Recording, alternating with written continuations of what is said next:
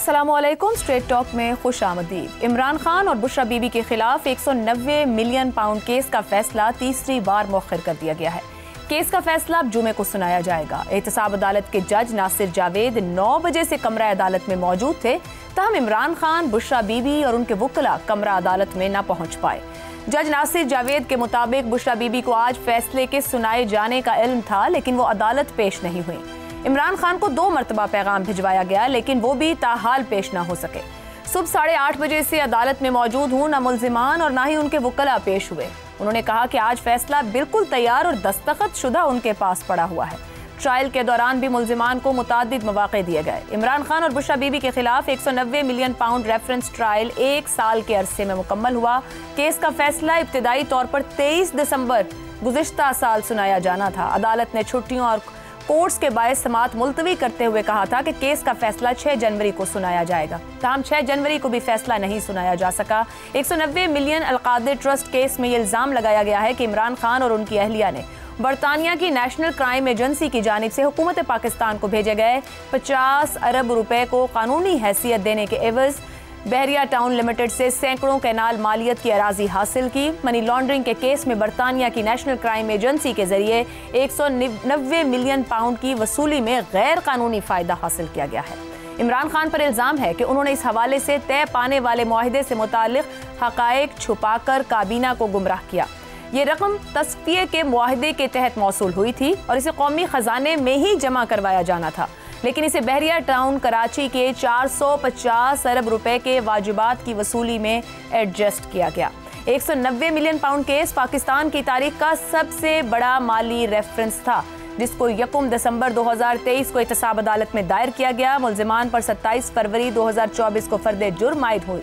नैब ने ट्रायल के दौरान 35 गवाहान के बयानात रिकॉर्ड करवाए। इमरान खान के वकला की जानिब से गवाहान पर जरह भी की गई। केस के अहम गवाहान में साबिक प्रिंसिपल सेक्रेटरी आजम खान, साबिक वजीर आला परवेज खटक और जुबैदा जलाल शामिल थी।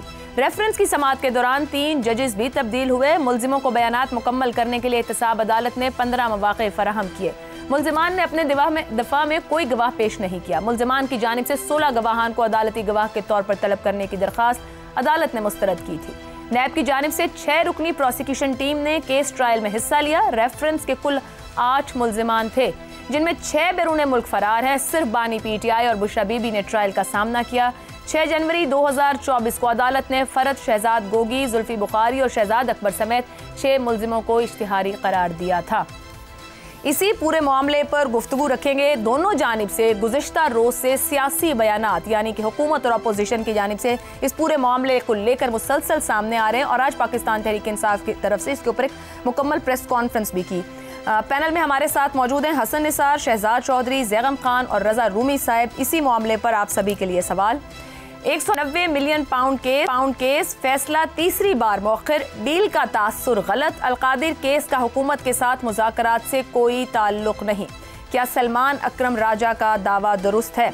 हसन निसार साहब, गुज़िश्ता रोज़ हुकूमत की तरफ से भी कुछ प्रेस कॉन्फ्रेंसेज होती रहीं, बताया जाता रहा क्या होने वाला है। फैसले का सबको इंतज़ार था कि आज वो फैसला आ जाएगा। फैसला नहीं आया, एक बार फिर तारीख आई है। अब ये भी चहमगोइयाँ और गुफ्तगू हो रही है कि कोई बातचीत चल रही है, कोई डील हो रही है। और आज PTI के जितने रहनुमा ने गुफ्तगू की, सब ने कहा कि ये तासुर गलत है कि कोई डील या बातचीत हो रही है। क्या दुरुस्त दावा किया जा रहा है PTI की तरफ से?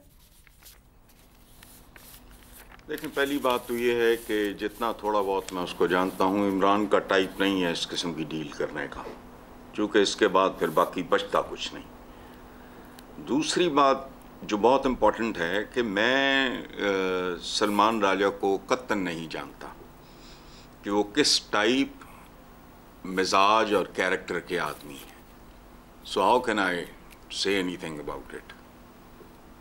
चलें, ये कह दीजिएगा कि ये जो मुज़ाकरात चल रहे हैं और कल ख़ास तौर पर जेल खुलवा कर, मतलब आज मैं पढ़ रही थी कि तीसरी बार ही हुआ है कि छुट्टी के दिन जेल को खुलवाया गया हो। जी जो फैसिलिटेशन कल दी गई, मुज़ाकरात कराए गए, बातचीत करवाई गई इमरान खान की उनकी जमात के लोगों से, और आज इमरान खान साहब जेल में नहीं आए। जज साहब ये कह रहे हैं कि बुलवाया भी गया तो वो नहीं पहुंचे। तो कुछ तो चल रहा है फिर पर्दे के पीछे जो नजर नहीं आ रहा फिलहाल। चलें, कुछ चल रहा होगा। इमरान खान साहब नहीं कर रहे होंगे तो कोई उनके बिहाफ पे बात कर रहा होगा। How can I predict? मैं तो नहीं आप पॉलिटिकल एनालिसिस तो दे सकते हैं ना, हमारी सियासत में क्या ऐसा होता है या नहीं होता? इसमें कोई नहीं, इसमें आपकी सियासत में खैर बहुत कुछ होता है, लेकिन वो शॉर्ट इन द डार्क वाला जो मेरा वो टाइप नहीं है। मैं अनलेस आई एम कॉन्फिडेंट, चाहे गलत हूँ, आई शुड बी कॉन्फिडेंट, चाहे बात गलत हो, लेकिन मैं इस पे नहीं, मेरा टाइप नहीं है ये short in the dark, I don't do that. चले शॉर्ट इन द लाइट कर ले। मुझे ये फरमाइएगा कि रियासत की तहवील में एक मुल्जिम हो और उसको अदालत में वो पेश ना करे जबकि जज तलब कर रहा हो, तो क्या रियासत इतनी कमजोर और सॉफ्ट होती है कि मुल्जिम की ख्वाहिश पर उसे अदालत में पेश ना कर पाए? रियासत तो आपकी ग्लोबली भी बहुत कमजोर है। ये तो 77 साल में ट्रैफिक में डिसिप्लिन नहीं ला सके। रियासत कहाँ है? एक नाम है, एक मुल्क है, एक जोग्राफिया है, खत्म हो गई बात। रियासत का तो रेट नाम की चीज मुझे तो नहीं, जब से मैंने होश संभाला है, कत्तन नहीं। मतलब है अदालत में बैठे जज से ज्यादा जेल में बैठा मुल्जिम का। हाँ कहिए। हाँ ठीक, हाँ आप ठीक कह रही हैं। और देखें, मेरी बात सुने, जैसे हम आप सारे के सारे जमहूरियत के बड़े अलमबरदार हैं, मैंने कभी, मुझे समझ नहीं आई, मेरे लिए फेक है, बकवास है, बिल्कुल गलत है। जमहूर से निकला है ये लफ्ज, और जमहूर कहते हैं अवाम को। कितनी बेशर्मी और ढिठाई है कि हम इस सारे जुगाड़ को, हम इसको डेमोक्रेसी कहते हैं। मेरी नहीं समझ में आई कभी। Not that I hate democracy, but there is no democracy. आप गंदा पानी मुझे दें आबे ज़मज़म कह के तो मैं तो नहीं लेता। बाकी हमारे फैशन है, जमहूरियत यूं, जमहूरियत है ही नहीं। एक चीज जो एग्जिस्ट ही नहीं करती। अच्छी बुरी की तो बात बाद में करेंगे ना। इसी तरह ये पाकिस्तान एक बड़ा, कहते हैं ना, पाकिस्तान का बनना एक मौजज़ा था। हम मौजज़ा तो घट था, लेकिन होता ही नहीं। उसका फैसला तो कई साल पहले हो गया। लेकिन चले वो जमहूरियत भी बिलीव करेंगे तो एग्जिस्ट करेगी, बिलीव करेंगे, लोगों को अवेयर करेंगे तो एग्जिस्ट कर जाएंगे ना सर। बिल्कुल नहीं, नहीं, जमहूर की पार्टिसिपेशन ही कोई नहीं है, उनका वजूद ही कोई नहीं है। ठीक, ये चंद खानदानों, चंद इदारों का खेल है सारा। I am not prepared to deceive my self, चूंकि ये पॉपुलर किस्म का निजाम तो खैर किसी भी खेल को बनाया जा सकता है, बनाने वाले चाहें तो। खैर ज़ैगम साहब, आपकी जानिब अल-कादिर ट्रस्ट एक भोंडा केस है। इमरान खान और बुशरा बीबी का अल-कादिर ट्रस्ट से कोई लेना देना नहीं है। अल-कादिर ट्रस्ट का ये पस मंज़र उमर अयूब साहब ये बात कर रहे हैं और गुफ्तगू कर रहे हैं। कानूनी तौर पर देखा जाए, तकनीकी तौर पर देखा जाए, सियासी तौर पर देखा जाए, क्या तरीक़ाकार दुरुस्त है? क्या उनका दावा दुरुस्त है? देखिए, भोंडा केस तो नहीं है, और मेरे लिए ये केस इसलिए तकलीफ दे है कि इमरान खान की सियासत से, PTI की सियासत से इख्तलाफ के बावजूद मैंने हमेशा इमरान खान की इंटेग्रिटी को डिफेंड किया है। जब वो अस्पताल का मामला जब भी आया, यूनिवर्सिटी का मामला जब भी आया, और मेरा ख्याल और मेरा यकीन ये है कि उन पर इस मामले में सवाल नहीं उठाना चाहिए। उनकी जो फिलंथ्रॉपी है उसको इस वजह से अटैक नहीं किया जाना चाहिए कि उनकी सियासत में कोई मसला है।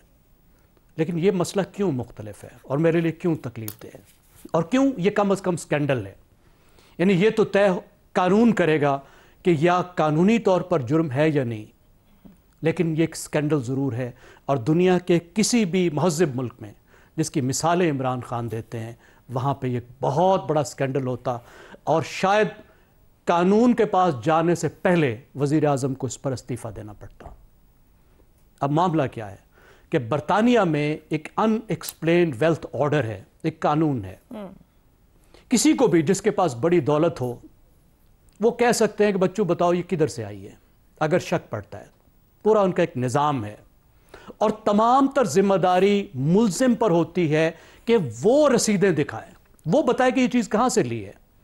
और वहाँ पर तो साफ सी बात है, जब हर बंदा टैक्स देता है, हर चीज़ जो है वो बाकायदा बैंकिंग चैनल से होती है, तो साबित करना को मुश्किल नहीं होना चाहिए। यही कुछ हुआ कि उन्होंने हमारे प्रॉपर्टी टाइकून को, पता नहीं नाम उनका लिया जा सकता है या नहीं, बिल्कुल ले लें, उन्हें कहा कि ये वजाहत करें कि ये जो बिल्डिंग है, ले सकते हैं नाम? जी बिल्कुल लीजिए सर। उन्हें कहा कि जनाब वजाहत करें कि ये एक इंतहाई कीमती जो असासा है आपका, ये किधर से आया है। अब वो वजाहत नहीं कर सके।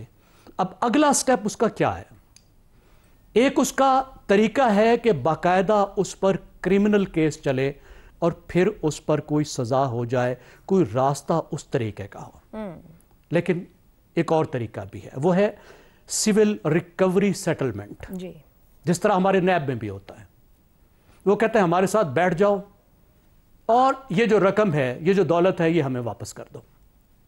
तो ये एक तरह की सेटलमेंट हो जाएगी, तुम कानूनी तरीके से बच जाओगे। अब यहां पे क्या हुआ कि उन्होंने एक सिविल रिकवरी सेटलमेंट कर दिया, ठीक है जी, प्रोसीड्स ऑफ क्राइम एक्ट के तहत बरतानिया के। तो उन्होंने दौलत हवाले कर दी, वो रकम जो थी वो असेट हवाले कर दिया बरतानवी हुकूमत के। अब बरतानवी हुकूमत ने क्या करना था? दो तरीके। पहला तरीका तो ये है कि अगर वो बरतानिया के शहरी होते और यह समझा जाता कि वो दौलत जिसकी वो वजाहत नहीं दे पाए वो बरतानिया की दौलत थी, तो वो खुद उसको जब्त कर लेते। लेकिन क्योंकि वो पाकिस्तान के शहरी थे और उनका ख्याल ये था कि यह दौलत पाकिस्तान से आई है, तो उन्होंने ये दौलत पाकिस्तान को वापस करनी थी। अब पाकिस्तान में कहां आनी थी, किसको वापस करनी थी? हुकूमत के पास। उसी को जिसके साथ ये तय हुआ है कि ये रकम मुझे वापस करोगे। क्या नैब में ऐसे ही होता है कि जब सेटलमेंट होती है और जिस बंदे से वो पैसे लिए जाते हैं, क्या उसी को वापस किए जाते हैं? साहब, वहां हुए एग्रीमेंट को यहाँ की हुकूमत पाकिस्तान ने एक अरेंजमेंट में बदल दिया। अरेंजमेंट ने इस तरह बदला कि वो रकम मलिक रियाज साहब को वापस की गई जी। वापस इसलिए की गई कि उन्होंने जो जुर्माना देना था उसमें वो सेटल की गई। वो हुकूमत पाकिस्तान को नहीं मिली, वो मलिक रियाज साहब को मिली, क्योंकि उन्होंने जो जुर्माना देना था उसके अंदर उसको सेटल किया गया। और ये काम पाकिस्तान की हुकूमत ने, काबीना ने किया। और जिस तरीके से किया वो मशकूक तरीका भी आपके सामने, और जो फर्द कितने ताकतवर थे वो भी आपके सामने, कौन कौन उनकी उंगलियों पर नाचता है वो भी हमारे सामने है। अब यहां पे दो इश्यूज हैं। एक इशू ये है कि मुस्तफ़ा इम्पैक्स केस में 2016 में साकिब निसार साहब ये ऑर्डर कर चुके हैं कि हुकूमत पाकिस्तान का मतलब है पाकिस्तान की काबीना, वजीर आजम नहीं। बिल्कुल, वजीर आजम खुद से कोई फैसला नहीं कर सकता, करने का मजाज ही नहीं है। वजीर आजम जो फैसला करेगा वो काबीना से मंजूर कराएगा और वो फैसला काबीना का मुश्तरका फैसला होगा। ठीक हो गया। तो अब यहां पे सबसे बड़ा कानूनी तौर पे नुक्ता यह है कि किस तरीके से सिर्फ वजीर आजम को अकाउंटेबल किया जाएगा, और वो लोग जिनकी जिम्मेदारी थी और वो आज आके गवाह बन रहे हैं वजीर आजम के खिलाफ, उनको जिम्मेदारी से अलग किया जाएगा। ठीक हो गया। और दूसरा उससे भी बड़ा सवाल ये है कि ये 17,000 एकड़ जी, जिसके मुफ्त मिलने पर 460 अरब का जुर्माना किया गया था, ये 70,000 एकड़ जिसने दी थी, क्या उसके खिलाफ भी कोई केस है? ठीक ज़ैगम साहब, बात यानी कि 190 मिलियन पाउंड अब यहां से जाहिर होता है कि कैसे केस सियासी होते हैं, और बतौर वजीर आजम इख्तियारात का इस्तेमाल और उसका फिर आगे से किस तरह सियासी इस्तेमाल किया जा रहा है, ये सारी गुफ्तगू इसी रुख पर है। शहजाद साहब, जो फैसला आज होना था जिस पर बड़ी बात हो रही थी, उससे मुतालिक बैरिस्टर गौहर साहब ने आज आके बार फरमाया जज ने मर्जी से फैसला मौखर किया है, कोई डील का नतीजा नहीं है क्या? और ये बात करीबन पीटीआई के तकरीबन लोगों ने बाहर आके की कि डील का तासुर नहीं है, डील का नतीजा नहीं है, ऐसा कुछ है नहीं। क्या बैरिस्टर गौहर साहब पाकिस्तान की तारीख जानने वाले तालिब इल्मों का इम्तिहान ले रहे हैं? क्या वाकई एक संजीदा बात कर रहे हैं? यहाँ पे तो आयशा हर कोई हर किसी का इम्तिहान ले रहा है। मेरा ख्याल है कि ये सवाल डाल के आप हमारा इम्तिहान ले रही हैं, वरना मतलब पाकिस्तान के कॉन्टेक्स्ट में तनाजुर में देखें तो फिर कुछ चीज़ों के जवाब देने मुश्किल हो जाते हैं। सर आपके लिए कुछ मुश्किल नहीं है शहजाद साहब, आप तो बेहतरीन तौर पर जानते हैं सिस्टम कैसे काम करता है हमारा। जी अच्छा, अब ऐसा है कि ये तो अदालत का इस्तेहकाक है जी। अब क्या है, वो ऑनरेबल जज राजा नासिर जावेद साहब उन्होंने अपने तय फैसला किया, पहले 2 मरतबा नहीं किया। आज वो कहते हैं मैं 8:30 बजे आके बैठ गया, उसी जगह पे उसी जेल में अदालत लगी है जहाँ पर कि वो मुल्ज़िम है उनका मेन, और वो जेल इंतज़ामिया ने उसको लेके आना है। वो मेरे ख्याल में भूल गए शायद जेल इंतज़ामिया को बताना कि इसको 9 बजे या 11 बजे मेरे पास ले आओ। जिनको 11 का टाइम दिया था वो 11 के हिसाब से। बहरहाल ये तो देखिए एडमिनिस्ट्रेटिव इश्यूज हैं, मेरे ख्याल में हमें इस पर नहीं जाना चाहिए। दूसरी बात, किसी भी फैसले को या फैसला के ना डिक्लेयर करने को डील ढील या मुज़ाकरात के साथ जोड़ना और अपने निज़ाम इंसाफ के ऊपर किसी किस्म का कोई शक शुबा कायम करना तौहीन अदालत है और तौहीन जज साहब है, जो कि मैं कभी भी नहीं करूंगा, कभी कर ही नहीं सकता। मेरा ख्याल है हमारे जज और हमारी जुडिशरी बिल्कुल पाक साफ है, और जाहिर है कि जो करते हैं वो सोच समझ के करते हैं। दूसरी बात, अगर ये फैसला अनाउंस हो जाता है या जब भी होगा या जो हो चुका होता, तो अगला क्या होता, उसका कदम क्या होता अगला, कि पीटीआई लेके इसको हाई कोर्ट में चैलेंज कर देती। अच्छा, उनके लिए तो आसान हो जाता मामला कि ये तो उस अदालत में चला गया जहां पर के मामलात आम तौर पर हाई कोर्ट हो या सुप्रीम कोर्ट हो, एक लार्जर क्रेडिबिलिटी वाले बेंचेस के सामने जब पेश आएगा, यहां से निकल के अगर उनके पास कोई अपील की गुंजाइश है तो फिर मेरे ख्याल में उनके हक में जरा बेहतर चला जाएगा। पहले 2 मामलात इद्दत और तोशा खाना के अंदर उनको जमानत मिल चुकी है और उनको कहा गया कि नहीं, उनके जमानत के हकदार हैं। तो जब भी ये होगा, ये अदालत में ले जाएंगे, चैलेंज करेंगे, अपील करेंगे।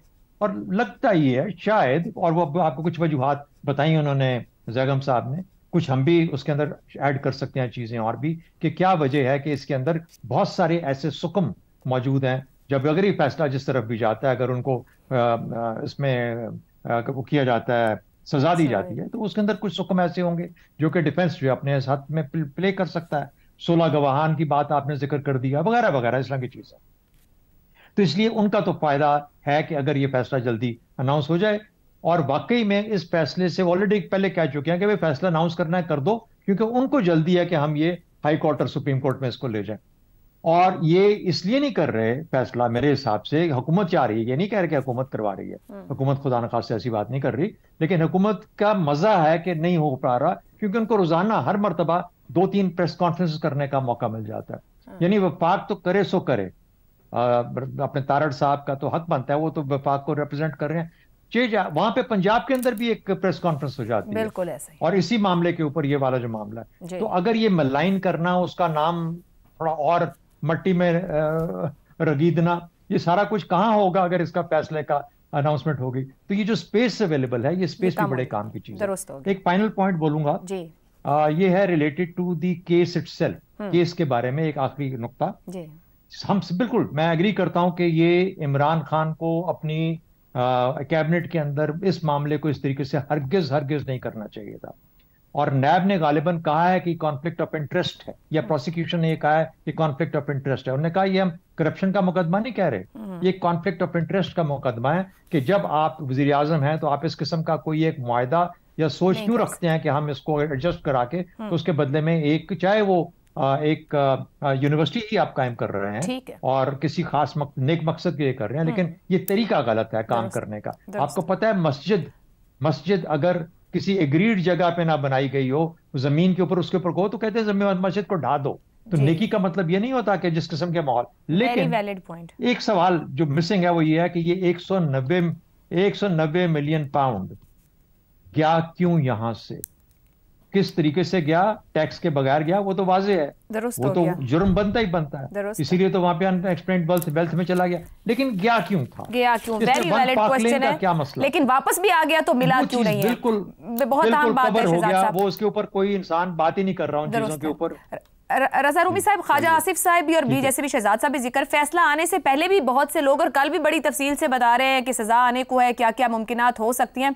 जज का फैसला आने से पहले अगर इस तरह से हुकूमत के करीब लोगों की जानिब से किसी की तरफ से भी बात आना शुरू हो जाए, क्या फैसला, इवन सहाफ़ी भी बताना शुरू करें कि मुमकिन तौर पर यह फैसला आ सकता है, इतने बजे आ रहा है, ये सब कुछ हो रहा है, तो फिर वो क्या फैसला होगा? और दूसरी बात यह कि तहरीर पहुंचती है, क्या मामला है, ये अपनी आरा का इजहार करते हैं और ये इल्ज़ाम भी लगाया उमर अयूब साहब ने, तो आपके ख्याल में क्या वाकई वो डील का तासुर मौजूद है? किसके हक में अगर इस फैसले में ताखीर हो रही है? आयशा, ये फैसला कल से अगर आप देख रही होगी, चूंकि आजकल तो सोशल मीडिया पे ही सारी कॉन्वर्सेशन शिफ्ट हो गई है, तो यूं लग रहा था कि जी आज कोई फैसला आ जाएगा, सजाएं हो जाएंगी, ऐसी ऐसी वीडियोस फैलाई गई थी, और वो लेकिन आज जब सुबह के वक्त हुआ, वो बकौल गालिब के थी खबर गरम के गालिब के उड़ेंगे पुर्जे, देखने हम भी गए थे पर तमाशा ना हुआ। तो तमाशा ना हो सका, ना लगा, और वो ना तो मुल्जिमान जो हैं वो पेश हुए, और जज साहब ने 17 तारीख तक आगे कर दिया। अब जारी बात है, ये एक मुहिम्मा है। कुछ लोग कह रहे हैं कि जी ये जज साहब माइंडेड हैं और ये अपनी मर्जी के मालिक हैं। कुछ लोग ये कह रहे हैं, जो कि काफी सेंस भी बनती है, कि जैसे मैंने पहले भी पिछले हफ्ते जिक्र किया था कि एक 2 ट्रैक डायलॉग चल रहा है। पहला ट्रैक तो वो है कि जो कि सियासी कुव्वतें, यानी कि पार्टीज के नुमाइंदे जो हैं, पीटीआई और हुकूमती पार्टी के, वो आपस में गुफ्तगू कर रहे थे और कुछ मामलात पे वो उन्होंने कहा जी तहरीरी तौर पे लाए नहीं लाए, वो मामला वहीं अभी स्टेलमेट का शिकार है। एक और डायलॉग मुबैना तौर पर इस डायलॉग के पीछे चल रहा है और उसमें इमरान खान की अहलिया जो हैं वो बराह रास्त बातचीत कर रही हैं अपने शौहर के बिहाफ पर और वो कुछ निगोसिएशन चल रही है। अब इसकी मैं इसलिए ये कह रहा हूं कि बहुत से लोगों ने इस बात का जिक्र किया है और ये बिल्कुल मुमकिन है। पाकिस्तान की तारीख देखिए तो बैक चैनल डायलॉग बिल्कुल चलता है। आपको याद है कि जनरल मुशर्रफ के ज़माने में बेनज़ीर भुट्टो शहीद के साथ डायलॉग चला, उससे पहले नवाज शरीफ के साथ भी बातचीत हुई, सऊदी अरेबिया बीच में गारंटर आ गया, फिर अभी पिछले जब नवाज शरीफ को दोबारा माजूल किया गया और अरेस्ट किया गया, आपको याद है कि वो फिर उनकी मेडिकल रिपोर्ट्स आ गई थी, मुल्क से चले गए थे, तो वहां भी उनके भाई उनके बिहाफ में बातचीत कर रहे थे। तो उनके भाई कर रहे हैं, यहाँ पे इमरान खान की अहलिया कर रही हैं, जो कि करते हैं घर वाले। लेकिन इससे जो सवाल पैदा होता है वो इस सिस्टम के ऊपर होता है। अगर तो इसमें रत्ती भर भी सच्चाई है कि कोई डील, कोई बातचीत हो रही है, कोई निगोसिएशन हो रही है, तो फिर तो इस ऐसे अदालती निज़ाम और ऐसे एंटी करप्शन बयानिए और बड़कों के ऊपर बिल्कुल ही, जिसे कहना चाहिए क्या इंसान कहे, मैं ज्यादा सख्त अल्फाज इस्तेमाल नहीं करना चाहता, लेकिन ये कि अवाम का पहले ही कोई एतमाद नहीं है। तो इसका ये मतलब आप ये साबित करें कि पाकिस्तान में कोई ताकतवर शख्स जो है उसके साथ आप कोई समझौता निगोसिएशन करके उसको आप फारिग कर सकते हैं, उसको आप बरी भी कर सकते हैं या उसको आप जेल में भी डाल सकते हैं। तो ये तो इंतहाई एक मजाक बन चुका है। अल कादिर ट्रस्ट जो केस जो है वो सही केस है, कमजोर है, ताकतवर केस है, उसका फैसला जज करेंगे, उसका फैसला मुज़ाकरात और लेन देन की बुनियाद पे नहीं होगा।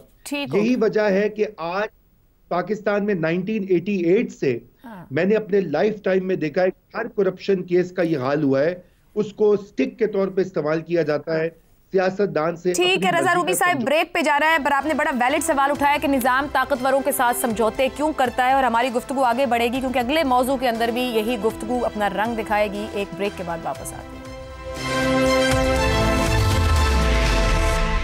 प्रोग्राम में एक बार फिर खुशामदीद।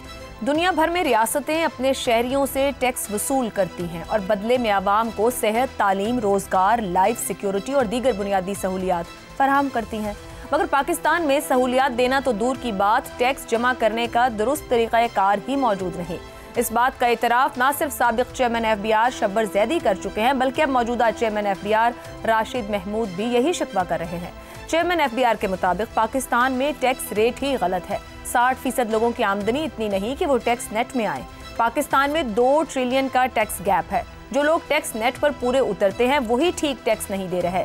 सिस्टम का डिजाइन सिर्फ 5% लोगों के लिए बनाया गया है। जो लोग बता रहे होते हैं सिस्टम कैसे ठीक करना है, वही टैक्स नहीं दे रहे। आम लोगों और तनख्वाहदार तबके पर टैक्स के तरीक़ाकार को ठीक करना चाहिए। चेयरमैन FBI ने मजीद कहा कि जिससे टैक्स ज्यादा लेना चाहिए था नहीं ले पाए, इसके बदले में तनख्वाहदार तबके को टैक्स नेट में शामिल कर लिया गया। रवां माली साल की पहली सहमाही में तनख्वाहदार तबके की जानिब से कारोबारी अफराद की निस्बत 1500% ज्यादा टैक्स दिया गया। वजीर खजाना के बयान के मुताबिक कुछ बड़ी कंपनीज 3400 अरब के टैक्स फ्रॉड में शामिल हैं। टैक्स सिस्टम के फ्लॉज पर खुद वजीर आजम शहबाज शरीफ ने भी तशवीश का इजहार करते हुए कहा कि हमारा टैक्स स्लैब का निज़ाम कारोबार के चलने में रुकावट है। ज्यादा टैक्स पाकिस्तान को चलने नहीं देंगे। ऐसे में अहम सवाल यह है कि टैक्स सिस्टम की नाकामी की सजा आम आवाम और तनख्वाहदार तबके को आखिर क्यों दी जा रही है। हर हुकूमत आकर FBR में रिफॉर्म्स की बात करती है, तो फिर कौन है जो ये इस्लाहात नहीं होने देते। वजीर आजम शहबाज शरीफ PDM दौर से ही FBR में इस्लाहात कर रहे हैं, तो फिर अब तक कामयाब क्यों नहीं हो सके। टैक्स ना देने वाली अशराफिया से टैक्स लेना किसकी जिम्मेदारी है।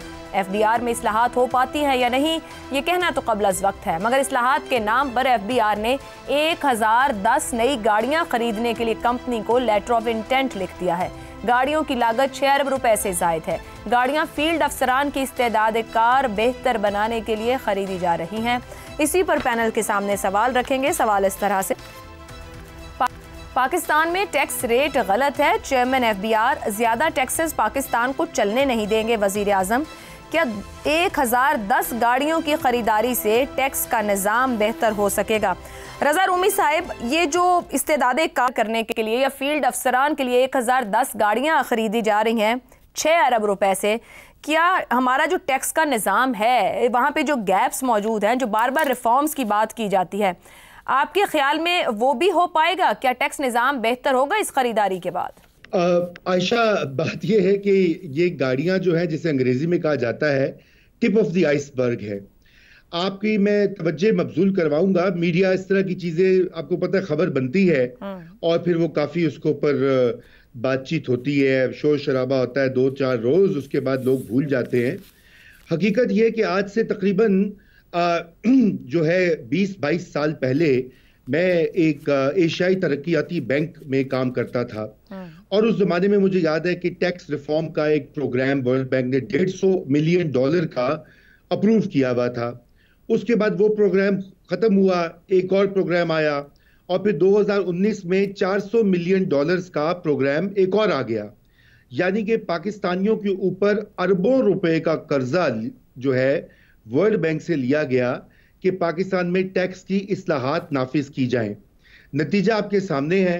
हर साल जो है महसूलात में कमी होती है, वही रोना धोना होता है, वही IMF की शराइत होती हैं, वही एग्जेम्पशंस मौजूद हैं जिन अशराफिया का आपने जिक्र किया। कोई टस से मस नहीं होता और जूं का तूं मामला रहता है। और ये गाड़ियां खरीदना, तो ये शाह खर्चियां तो बहुत आम बात है। आज FBR की है, कल किसी और महकमे की होगी। मैं तो हैरान रह गया था कि पंजाब में, लाहौर में जो सिविल ऑफिसर्स मेस है, मैंने बजट में देखा, इस साल के बजट में 1 अरब रुपए उसकी तज़ीनो आराइश के लिए रखे गए हैं। ये वो दौर है जब लोगों को और अवाम को ये कहा जा रहा है कि बड़े सख्त हालात हैं, महंगाई बहुत है, अपनी जब बेल्ट टाइटनिंग हो रही है, खर्चे कम करने पड़ेंगे वगैरह वगैरह। और दूसरी तरफ आप देखें कि जो रिसोर्सेज हैं वो किस तरह एलोकेट होते हैं। तो ये बिल्कुल ही एक नामुनासिब बात है और मैं समझता हूं कि इसका मरबूत एक हल निकालना पड़ेगा इस गवर्नमेंट को और ये देखना पड़ेगा कि FBR को किस तरह ठीक किया जाए। वो बड़ी अभी तक बड़ी दूर की बात लग रही है। दूर की बात है। ज़ैगम साहब खुद बता रहे हैं, चेयरमैन FBR, ये जो सिस्टम है सिर्फ 5% लोगों के लिए बनाया गया है। कोई मरबूत निज़ाम हम बना पाएंगे? 90 की दिहाई में नवाज शरीफ, फिर मुशर्रफ साहब, लोगों के घर में खड़ी गाड़ियां, मोटरसाइकिलें चेक की जाएं, सिविलियन हुकूमतें रहीं। नतीजा हमारे सामने है कि हमें आज बताया जा रहा है टैक्स निज़ाम ही गलत है। इस्लाहात हो पाएंगी या नहीं? मरबूत निज़ाम बनाना चाहेंगे तो बनाएंगे ना, और निज़ाम गलत है तो उसकी भी एक वजह है ना, और उसके पीछे भी कोई दूसरी बात है ना। देखिए, इसके पीछे जो बात है वो डैरन एचिमोग्लू, जिन्होंने किताब लिखी थी वाई नेशंस फेल, और अभी उनको नोबेल प्राइज़ भी मिला, वो बताते हैं कि कौमों के पीछे रहने की बहुत बड़ी वजह, सबसे बड़ी वजह एक्सट्रैक्टिव इंस्टीट्यूशंस होते हैं। ऐसे इदारे जो अवाम का खून निचोड़ते हैं, अवाम के लिए काम नहीं करते और वेल्थ ट्रांसफ़र कहीं और करते हैं। और हमारे यहाँ मामला ये है कि जो वेल्थ लेके ट्रांसफ़र करते हैं वो सिर्फ हमसे एक्सट्रैक्ट नहीं करते, वो हमारे बच्चों से भी एक्सट्रैक्ट कर रहे हैं। वो कर्जे लेकर भी उनको उनकी एक्सट्रैक्शन कर रहे हैं जो हमारे पोतों पड़पोतनों ने देने हैं। एक छोटी सी मिसाल दूं मैं आपको। यहाँ पे रज़ा रूमी साहब ने जिस इदारे की बात की, उस इदारे ने सपोर्ट किया पाकिस्तान को access to justice program, $350 million. अंदाजा लगाइए, पाकिस्तान के जस्टिस निज़ाम को बेहतर करने के लिए। जस्टिस का निज़ाम बेहतर हुआ? नहीं हुआ। बिल्डिंग्स बनी, गाड़ियां आई, मजे आए। यानी जो कर्ज ये लेते हैं उसको इस्तेमाल करते हैं। अब ये जो गाड़ियों वाला मामला है, 1 साल पहले भी उठा था जी। वर्ल्ड बैंक से पैसे लिए गए हैं डेटा नेटवर्क के लिए, क्योंकि डेटा बहुत इंपॉर्टेंट है, डेटा नेटवर्किंग बहुत इंपॉर्टेंट है FBR के मस्सर चलने के लिए। और उसमें पिछले साल ही प्लान बनाया गया था कि 155 गाड़ियां ली जाएंगी 2 अरब रुपए की। ठीक, शोर मचा था, रिपोर्टिंग हुई थी, अच्छे हमारे कुछ जर्नलिस्ट ने रिपोर्टिंग की थी। वजीर आजम को कुछ अफसोस हुआ, कुछ शर्मिंदगी, उन्होंने कहा नहीं नहीं रुक जाओ। ये पिछले साल फरवरी की बात थी। बिल्कुल। और 11 महीने हुए हैं, वो गाड़ियां 155 से 1100 हो गई हैं। सही। और जो रकम आप मेरी तस्हीह कीजिएगा, मेरे ख्याल है कुछ 10 अरब पे जाकर पहुंच गई है। सर जो भी आज आ रही है वो 6 अरब तक की। जी, ऑस्टेरिटी कहां गई? पता नहीं सर, हम भी वही तलाश कर रहे हैं। आपकी माज़रत, मुझे ब्रेक पे जाना है, लेकिन आप दोनों की गुफ्तगू ये है कि यहाँ जस्टिस प्रोग्राम और टैक्स रिफॉर्म्स के लिए भी बाहर से आपको पैसा दिया जा रहा है, लेकिन इदारों में बैठे लोगों के जहन को कैसे बदला जाए, इसी पर गुफ्तगू आगे बढ़ाएंगे ब्रेक के बाद। प्रोग्राम के आखिरी हिस्से में एक बार फिर खुशामदीद। हसन निसार साहब, ऊपर ऑस्टेरिटी और मरबूत निज़ाम की बात हो रही थी। सर, ये क्या मुमकिन है कि मुल्क में सरकारी ओहदेदारों और इंतजामिया को छोटी 660 सीसी गाड़ियां दे दी जाएं ताकि कम फ्यूल हो, कोई बचत हो? पार्लियामेंट ऐसा कोई कानून मंजूर कर ले? ये हो चुका है पहले, जुनेजो साहब ने ये किया था, लेकिन देखो बात सुनो, ये हो चुका है तो सर दोबारा कर लेते हैं। ये प्रैक्टिस भी हुआ उसके बाद। मैं वही कह रहा हूँ ना जी, लेकिन अगर पहले नहीं हुआ तो दोबारा करके देख लो। मेरी एक किताब है काले कॉल, उसका एक जुमला बड़ा वायरल, मैंने बोला भी कई दफ़ा, उसके एडिशंस भी बड़े। जुमला सादा है, जिसको बहुत ही तफसील के साथ जैगम साहब और रजा रूमी साहब ने बहुत खूबसूरती से उसको बिल्कुल नंगा कर दिया मामलात को। मैंने जो बात अर्ज की वो ये थी कि पाकिस्तान का सर्वाइवल सिर्फ एक सूरत में है कि इसके पूरे निज़ाम को तेजाब से गुसल दो। ये गलाजत का ढेर है। ये जो बात उन्होंने की है, सिर्फ टैक्स रेट ही नहीं है।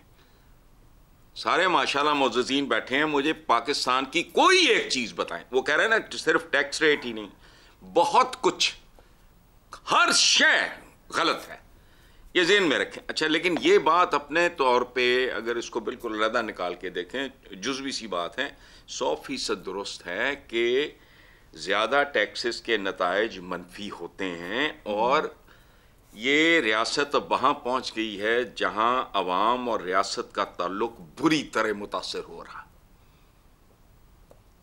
अवाम की अगर दिलचस्पी या ताल्लुक ना रहे, माँ बाप, सुतेली माँ भी तो होती तो माँ ही है ना, लेकिन नहीं होती। क्यों?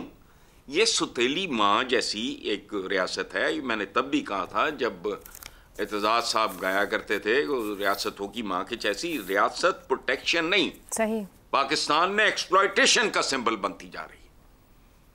मैं एहतियातन कह रहा हूं, बनती जा रही है। कोई सेंस ऑफ बिलोंगिंग नहीं है आम आदमी को इस रियासत के साथ। दुरुस्त। अच्छा, खुसूसन जब इन माफियाज और मगरमच्छों के बारे में खबरें आती हैं जो अरबों खरबों की वारदातें करते हैं, अरबों खरबों की मनी लॉन्ड्रिंग में मुलव्वस होने के बावजूद ड्राई क्लीन हो जाते हैं, उसके बाद जब ये जो दो हमारे दोस्तों ने जो बात की है, जैगम साहब ने, और ये उसके बाद कोई है जिसका ईमान रह जाएगा अपनी रियासत पे?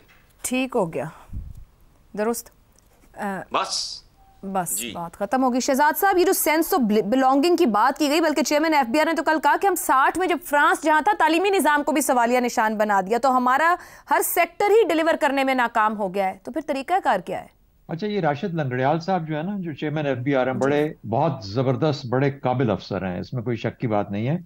और वो जो कहते हैं उसको बहुत गौर से सुनना चाहिए। एक और उनका कॉल है जो कि शायद हम नहीं दोहराया, हमने बताया नहीं है इस प्रोग्राम में अभी तक, वो ये है कि मेरे ही महकमे यानी एफबीआर के अंदर 1 खरब की करप्शन हो जाती है इससे पेशतर पूरे साल के अंदर।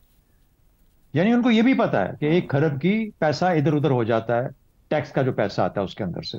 उन्होंने ये भी फरमाया कि 70% इनकम टैक्स देने वाले जो हैं वो तनख्वाहदार तब लोग हैं, बिल्कुल, यानी सिर्फ 30% और लोग इनकम टैक्स देते हैं, बाकी 70% तो वो हैं जो कि तनख्वाहदार हैं, जिनको मजबूरी है एट सोर्स जिनका कट जाता है।